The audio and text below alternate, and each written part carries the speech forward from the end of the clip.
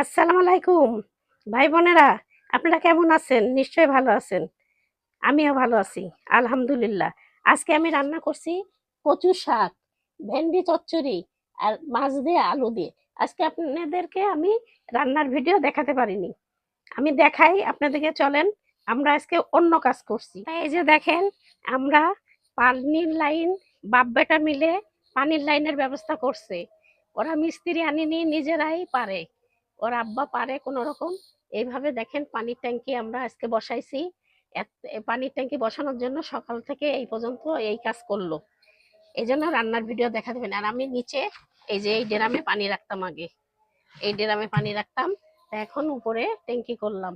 তা এরা বাপ বেটা মিলে দুজনেই কাজ করলো। তা ভাই বোনেরা, এই জন্য আপনাদেরকে রান্নার ভিডিও আজকে দেখাতে পারিনি। তা আমি আর ভিডিওটা বড় করব না, কেমন হয়েছে আপনারা জানাবেন। আমি এখানেই শেষ করলাম। আল্লাহ হাফেজ।